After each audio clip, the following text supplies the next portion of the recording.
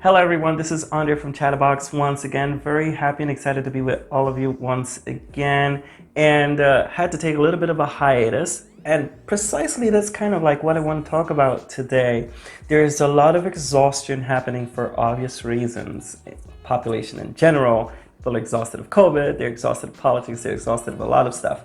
That exhaustion sometimes leads into cynicism. We do not want to have those conversations anymore. We start thinking that every single politician out there is exactly the same, but it's important to look at their fundamental differences, because if they're all the same and then there is no hope, then what's the purpose of it all? And precisely on that note, Jordan Sheridan, who is a political commentator and journalist with independent media, Status Quo, he interviewed another political commentator that followed Bernie Sanders' campaign closely. Her name is Brianna Joy Gray, and she had a very interesting take on this political cynicism. I want to leave you guys with this clip and then we'll discuss. If it's all hopeless, if they're all frauds, then why even engage? I think that any elected representative is only going to be as good as the people who are continuing to push them and hold their feet to the fire.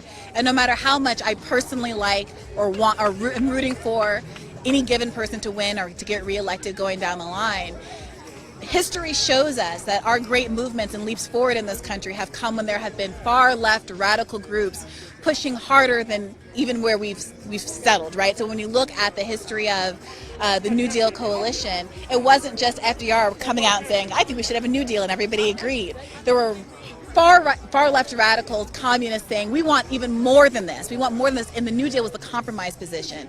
So if we're uncomfortable with there being people pushing progressives, even progressives that we know and love and like, then we're never going to get the most out of those elected representatives. We are doing them a service by continuing to hold their feet to the fire and offering counter pressure to the pressures that they will ultimately feel 100%. They will feel them when they are in Washington.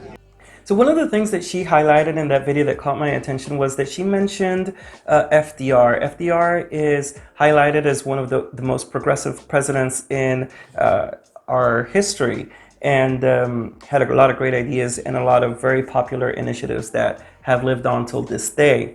But from my own personal research throughout the entire campaign, presidential campaign last year, I did some reading up on FDR, what his stances were on many issues, and he was pretty much run-of-the-mill, kind of like down the center of the aisle kind of guy.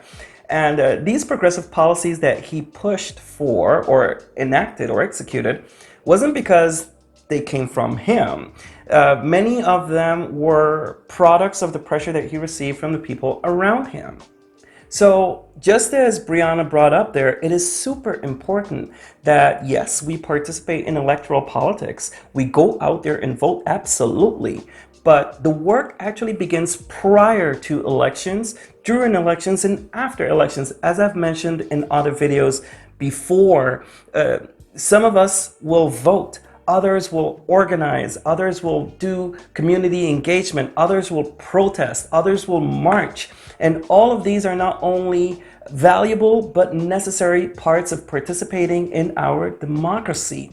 So the work actually started after this current president was elected, especially if he had a lot of big ideas and a lot of big talk about all the things that he wanted to do. But on the other hand, there were also some videos out there about how he was promising his donors that nothing will fundamentally change. So with those conflicting rhetorics out there, it is super important, not that we take this time now to become cynical and complacent, but to the contrary, get out there and remain engaged. And I know it can be exhausting, but especially in view of the fact that we have taken 40 years of a break, basically, because climate change and economic devastation and the implosion of our educational system did not happen overnight. It happened because a lot of ill-intentioned politicians got in there knowing that we had taken our hands off the democratic wheel of the country, and they basically they had carte blanche to do whatever they wanted because we were not engaged. So we cannot make the same mistake again.